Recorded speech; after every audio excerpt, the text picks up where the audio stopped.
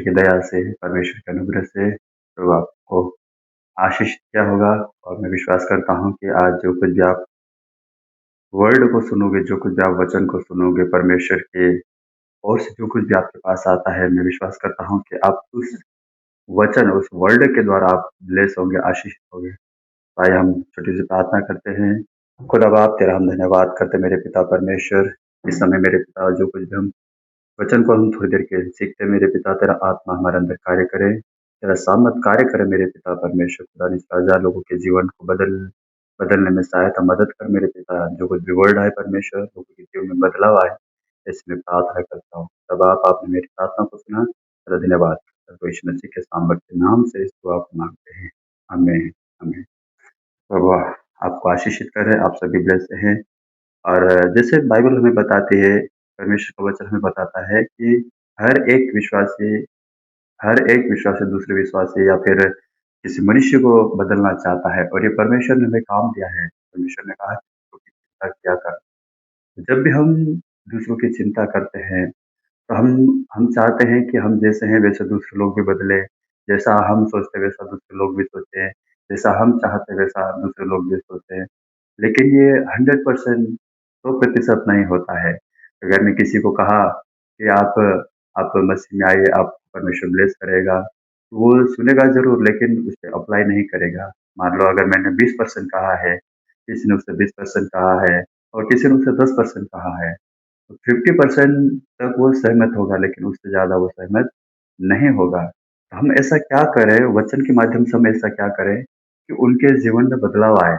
वो पूरा का पूरा 100% परमेश्वर को दें, 100% पूरा 100% परमेश्वर में रहे। हम ऐसा क्या करें? क्योंकि हम हर इंसान चाहता है लोगों के जीवन में बदलाव आए, वो बीमारियों से छूट जाए, वो श्रापों से छूट जाए, वो पापों से छूट जाए, वो बांझपन से छूट जाए, वो डिप्रेशन से छूट जाए, वो आर्थिक तंगी जो उसके ऊपर आई हुई है, उससे छूट जाए। हर इंसान ये एक विश्वास से चाहता है कि उनके जीवन में भी बदलाव आए, क्योंकि परमेश्वर ने कहा कि एक-दूसरे की चिंता किया करो। तो अगर हम ऐसा करते हैं, तो हम ऐसा क्या करें वर्ड के माध्यम से कि लोगों के जीवन में बदलाव आए, लोगों के जीवन में पूरी रीति से बदलाव आए। जब हम यीशु मसीह के बारे में देखते हैं, जब यीशु मसीह ने जो पहला प्रचार किया, पहला उपदेश दिया, पहला सुसमाचार का प्रचार किया, यीशु मसीह ने कहा, जैसा हम मत्ती रचित सुसमाचार 3 उसके 2 में पढ़ते हैं, मन फिराओ क्योंकि मन फिराओ क्योंकि स्वर्ग का राज्य आ गया है। हालेलुया! मन फिराओ क्योंकि स्वर्ग का राज्य आ गया है या फिर निकट है। क्या मतलब होता है मन फिराने का? मन फिराने का क्या मतलब होता है?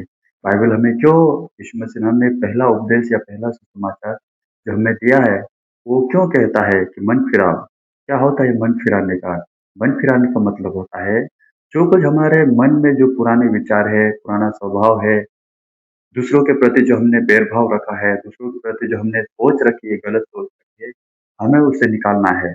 अगर हम वास्तव में देखें, तो यहूदी जो जाति थे, यहूदी जाति जो परमेश्वर की जाति कहलाते थे, वो हमेशा क्या ये सोचते थे कि भविष्यवक्ताओं ने जो भविष्यवाणी करी कि दाऊद के घराने से कोई राजा उत्पन्न होगा और वह दाऊद की गद्दी को हमेशा के लिए संभाले रखेगा, उसके ऊपर बैठ के वो न्याय करेगा। और यीशु मसीह के विषय में लिखा कि वो राजा आया और आकर वापस चले भी गया और वो फिर से आने वाला है। लेकिन वो लोग अभी भी उसका इंतजार कर रहे हैं कि कोई दाऊद के घराने से कोई राजा उत्पन्न होगा और वो न्याय करेगा। और उसी उसी को लेकर यीशु मसीह ने कहा कि मन फिराओ, अपने विचारों को बदलो, अपने मन को बदलो। जो उद्धारकर्ता के रूप में जो आने वाला है, वो मैं ही हूँ, मैं मसीह हूँ। मैं ही परमेश्वर का पुत्र यीशु मसीह मैं ही हूँ। लेकिन लोगों ने विचार नहीं किया है। आज हमें क्या करना है? हमें अपने विचारों को बदलना होगा, हमारी सोच को, हर एक-एक चीज़ को बदलना होगा। अगर आप ऐसा चाहते हैं कि मुझे उद्धार चाहिए, मुझे छुटकारा चाहिए, मुझे मुझे मुझ में बदलाव चाहिए, तो हमें दूसरों की बात तो सुनना ही है, लेकिन हमें भी बदलाव होना चाहिए। आमीन। प्रभु आपको ब्लेस करे। तो बाइबल हमें ये सिखाती है मन फिराओ। कैसे? कैसे कैसे वो अपने जीवन को बदल सकता है? देखो धीरे-धीरे अपने विचारों को बदलेगा। अगर मैंने किसी को कहा कि आप अपने विचारों को बदलो, अपने मन को बदलो, तो वो 100% नहीं सुनेगा। 100% नहीं सुनेगा। वो 50%, 60% ज़्यादा से ज़्यादा 70% तक वो सुनेगा और उस पे अप्लाई करेगा, उसके बाद वो नहीं करेगा, उनके जीवन में बदलाव नहीं आ सकता है। इसलिए आज आप देखते हैं कि कई लोग ना तो ठंडे हैं, ना तो गर्म हैं और काफ़ी लोग काफ़ी विश्वासी या लोग अभी भी गुनगुने हैं। या तो आप परमेश्वर में आ जाओ या संसार में चले जाओ, ये बीच का क्या है? अगर आप वाक़ई में आशीष पाना चाहता है तो पूरी रीति से परमेश्वर में आ जा। तो इसके लिए हमें क्या करना है? मैंने किसी को सुसमाचार दिया, उनके जीवन में बदलाव आया है, लेकिन 100% नहीं आया है। जब 100% किसी के जीवन में बदलाव नहीं आता है, तो वो कहीं न कहीं या तो वो बैकस्लाइड हो जाता है, परमेश्वर को छोड़ देता है या किसी के परमेश्वर के विरोध में या उनके लोगों के विश्वास के विरोध में हो जाता है। तो हम हमें क्या करना चाहिए? हमने स्टैंड लिया कि हमने उन्हें सिखाया, उन्हें बताया कि आप परमेश्वर में ये आशीष पा सकते हैं, आप श्रापों से छूट सकते हैं, आप बीमारी से, आप बांझपन से, आप डिप्रेशन से, बेरोज़गार से, जो कुछ भी है, जो कुछ भी उससे आप छूट सकते हैं। लेकिन 100% कब छूटेगा? आइए हम आगे देखते हैं। मत्ती रचित सुसमाचार 9 उसका 28 और 28 से लेकर 30 में क्या लिखा है? हम 27 से पढ़ते हैं। जब यीशु वहां से आगे बढ़ा तो दो अंधे उसके पीछे ये पुकारते हुए चले, हे दाऊद की संतान, हम पर दया कर। जब वह घर में पहुंचा तो वे अंधे उसके पास आए और यीशु ने उससे कहा, क्या तुम्हें विश्वास है मैं यह कर सकता हूँ? उन्होंने उससे कहा, हाँ प्रभु। तब उसने उनकी आंखें छूकर कहा, तुम्हारे विश्वास के अनुसार तुम्हारे लिए हो। 30 आयत में लिखा है, और उनकी आंखें खुल गई। आमेन। आमेन। यहाँ पर जब दो अंधों को जब दृष्टिदान दिया जा रहा था, तब वो चिल्लाते हुए आए, यीशु मसीह के पास आए कि बोले कि दाऊद की संतान, हे दाऊद की संतान, हम पर दया कर।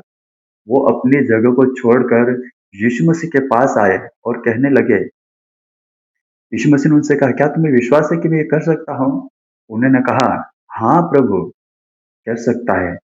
तब उनकी आंखें छूकर कहा, तुम्हारे विश्वास के अनुसार तुम्हारे लिए हो, और उनकी आंखें खुल गई। अद्भुत अद्भुत बातें हैं।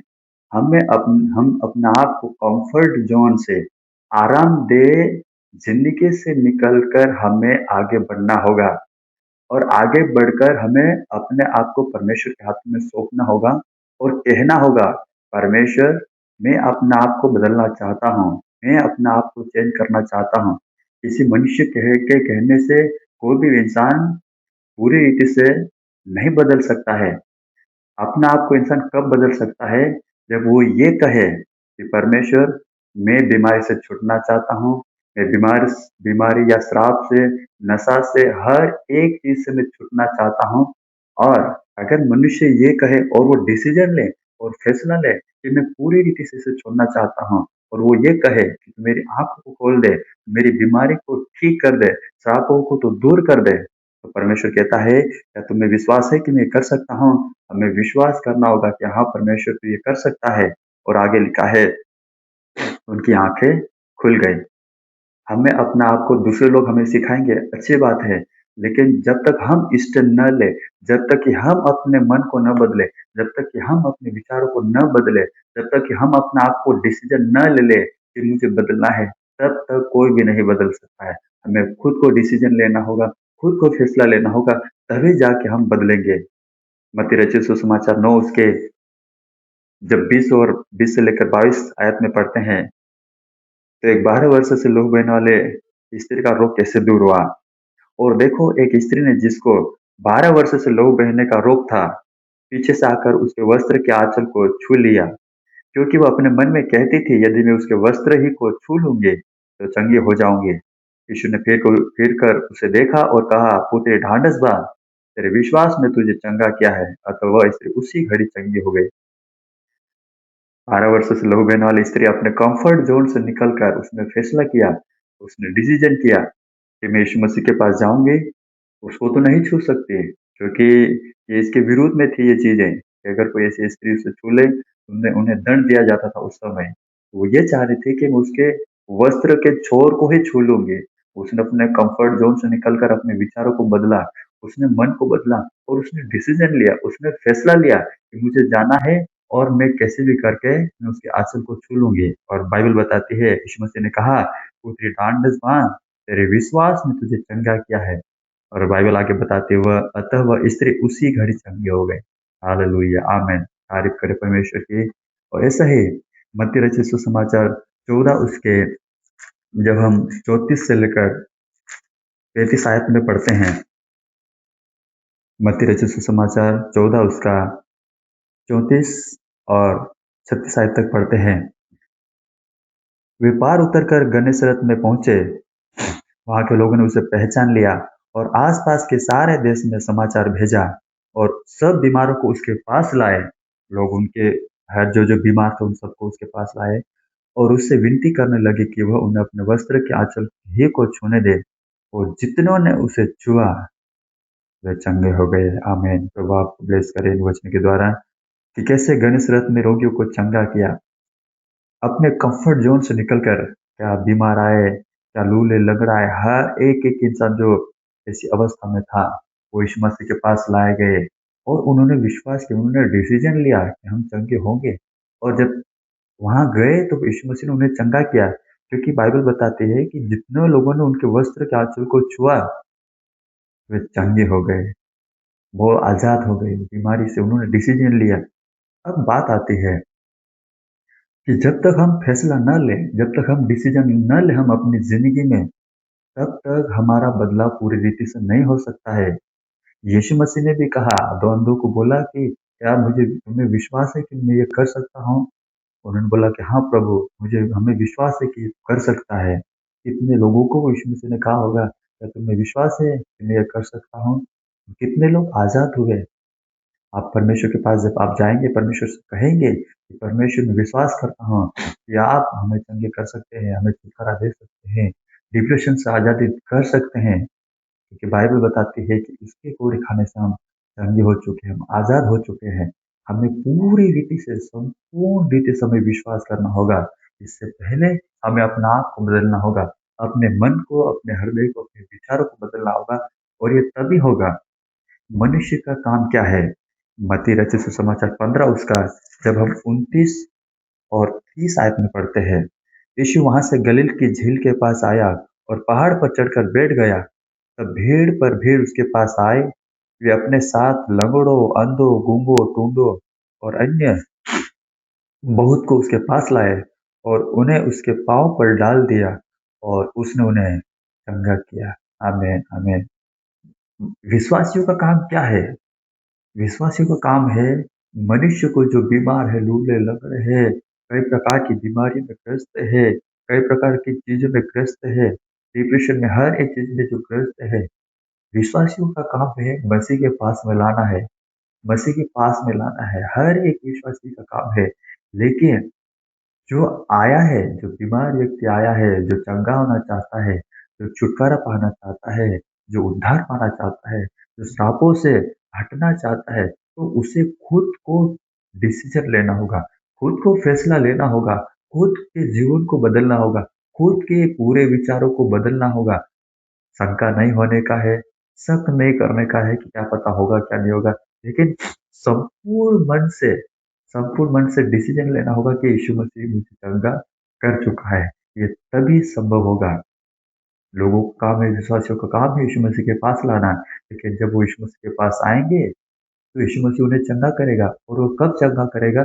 जब वो खुद इंसान विश्वास करेगा, डिसीजन लेगा, अपने विचारों को बदलेगा और ऐसा ही होगा। आमीन। और देखो प्रभु कितना महान है, अच्छे-अच्छे काम किए लोगों के बीच में रह के, लोग उनके पास आए। आज हमारा फर्ज है, हमारा हमारा ये हमें भी डिसीजन लेना चाहिए, हमें लोगों को परमेश्वर के पास लेके जाना है, उन्हें बताना है। यीशु मसीह ने कहा, मन फिराओ तो स्वर्ग का राज्य निकट आया है। परमेश्वर चाहता है कि आप मेरे पास आओ, मैं तुम्हें चंगा करने हारा परमेश्वर हूँ। और ये कब होगा? जब इंसान खुद से फैसला ले, खुद से डिसीजन ले, खुद अपने विचारों को, अपने मन को बदलेगा, तभी ये संभव होगा। अन्यथा ये संभव नहीं है। अगर वो अपने मन को नहीं बदलेगा, तो फिर 50-50 जिएगा, 50-50% में जिएगा। कभी मसीह में आ गया, कभी सता हुआ तो मसीह में से निकल के सांसारिक चीज़ों में चले गया। जब इधर सताव खत्म हो गया, तो फिर वापस वो सांसारिक चीज़ों से वापस मसीह में आएगा और ये उनका चलता रहेगा। उन लोगों का विश्वासियों का चलता रहेगा और परमेश्वर ऐसा नहीं चाहता है।